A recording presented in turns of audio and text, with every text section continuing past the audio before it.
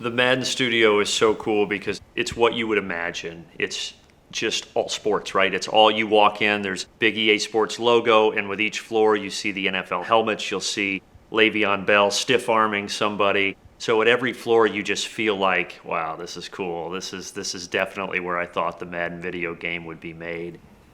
You've got 250 people working 365 days a year on this game. It was one of those moments where I walked in and they took me on the tour and I saw 6 floors of offices and all these people and all these meetings going on. I'm like, holy cow, it takes all of this to do one video game? Well, yeah, that's why they sell 7 million copies a year. I guess that's what it does take. EA Sports is iconic. It's the translation of all of our favorite pastimes into a game. Think of all the people who would want to do what we're doing. How do you get that job? Are you serious? You actually make Madden. Yeah, I make Madden.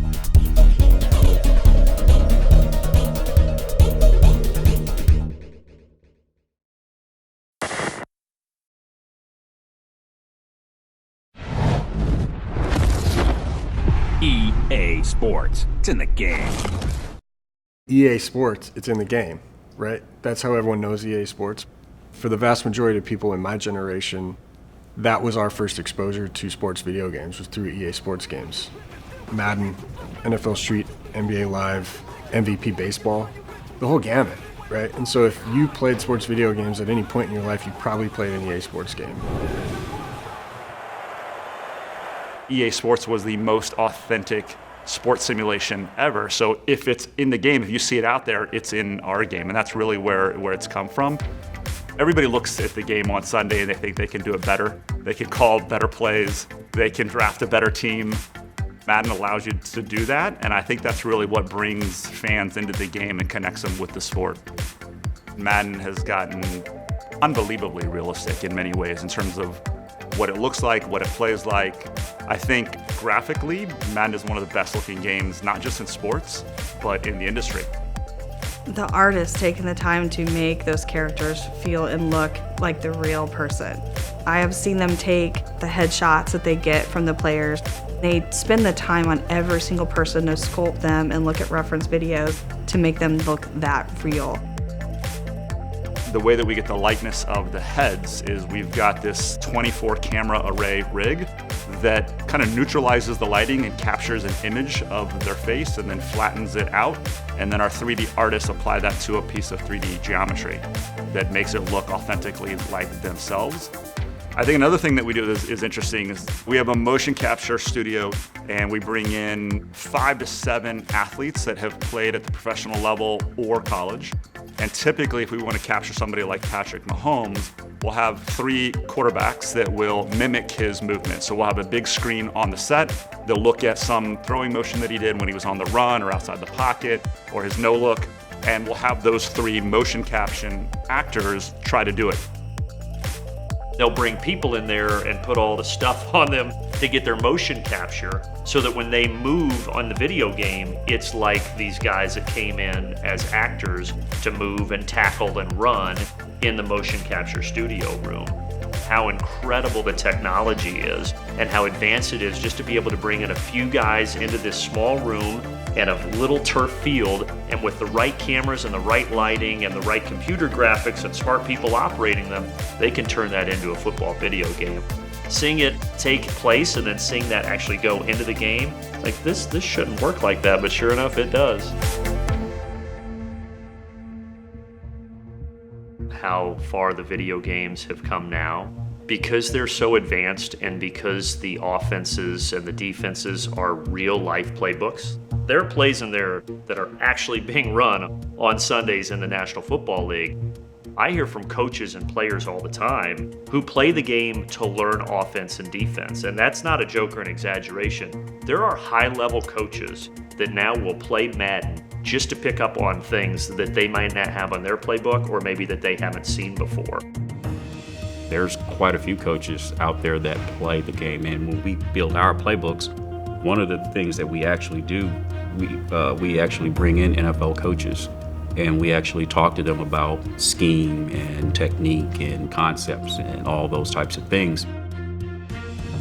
We've had a Gruden brother call us and ask us to update our playbook so that he could use it, and instead of giving out full playbooks or iPads, he was going to allow them to use Madden to study the playbook, because he knew some of the players would actually engage more with Madden than with some of the materials that they've been given out.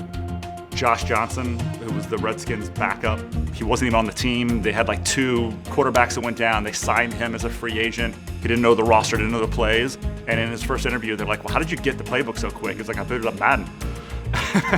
I looked at the roster, I learned my receivers, I learned the playbook, and I was ready to go. Madden in the locker room is just like everywhere else, right? Everyone wants to be the best player at Madden. There's a lot of trash talk. Obviously, there's a lot of players looking at their ratings. The ratings adjuster program is a pretty cool thing that we have here. What we do, we're very much like scouts.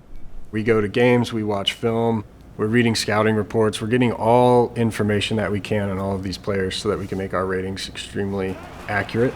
They'll start out on the ground. It's Saquon Barkley. We use Next Gen Stats and Pro Football Focus, which is 2 really deep databases of stats around all the players, to define different attributes about them, from catching in traffic to speed to break tackles to an awareness rating, time in pocket, all that type of stuff.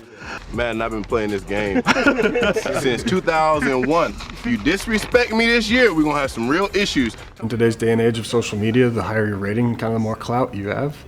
Guys feel disrespected if they're not a 99. We all think we're the best player on the field, that's why we're there. So when you're not a high-rated player, you're gonna find that interesting. Your Madden rating in Madden 20 is a 79. Guys want to know, where do I stand in the pecking order? And if it doesn't sound right to them, they want to know why not. In other words, I'm better than him, but his rating's 91 and mine's 89. How did that happen? Who do I need to talk to? It's almost a rite of passage. I mean, if you have a bad rating, of course, it's like, that's jacked up, you know what I mean? Like, you want EA to put some respect in your name a little bit. The guys that are getting the 99s, like the Khalils and the Aaron Donalds, they may make it seem like they don't care. They definitely care, you know what I mean? If they were like a 97, they'd be upset. 52? Lower. Oh, what? Man. I can totally understand where they're coming from, because if you think about it, put yourself in a player's shoes.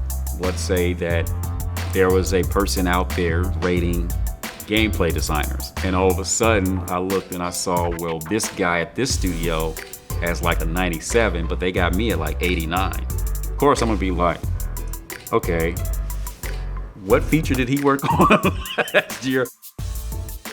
Most of the players complain about their speed. That seems to be the #1 gripe. Everybody expects to be a 90 plus, and the fast guys expect to all be 99s, which of course doesn't work. 95. But I just love hearing that the players care enough about the game that they want to talk to us about how they are portrayed in Madden.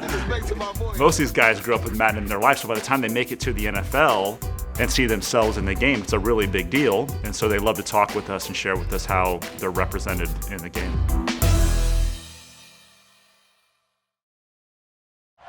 With you from the booth, Brandon Gaudin and Charles Davis. Madden is something that is ever evolving. No matter what the game in real life presents us, Madden's always going to find a way to capture it and be able to present it out there for everyone else. When I told my son I was doing Madden, it's the first visceral reaction I ever got out of him.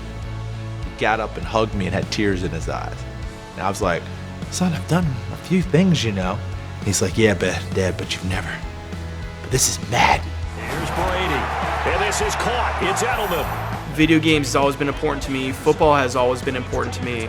So Madden is the combination of those two things. I go to work every day with a smile on my face, knowing that I'm doing what I love and I feel like I'm making a difference in the lives of millions of players. I'm proud to be a part of this team because I've been part of Madden for so long. You know, I started playing Madden in my dorm room in 1992.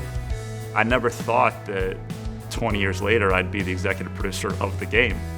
The team that we've built here over the years wants to deliver a great game for the next wave of NFL fans and next wave of Madden players. And so I'm just proud of the blood, sweat, and tears that we put into this game every single year to make it special for the next EP of Madden who's out there in his dorm room right now playing the game. EA Sports is committed to the players. That's truly what it's all about. Because obviously without the players, we wouldn't be here. I really hope that people realize that, even though we're making a football video game, we are trying our best to make sure that we're making something that's fun, that's authentic. Trust me, nobody wants to see the game succeed more than we do. We're gonna keep on shooting for perfection as much as we can, and yeah, keep playing the game.